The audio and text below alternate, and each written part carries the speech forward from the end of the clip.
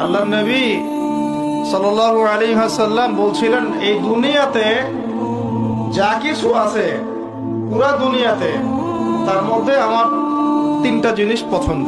কয়টা ভাই? এক নাম্বার সালাহ, এক নাম্বার নামাজ। এটা আমার চোখের শীতলতা।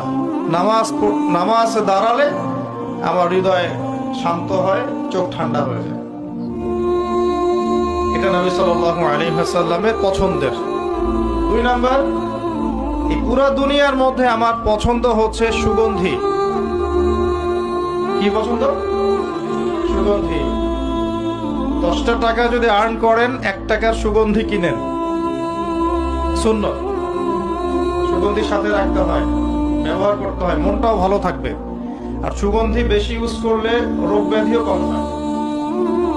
3 নাম্বার হচ্ছে স্ত্রী। 3 নাম্বার কি?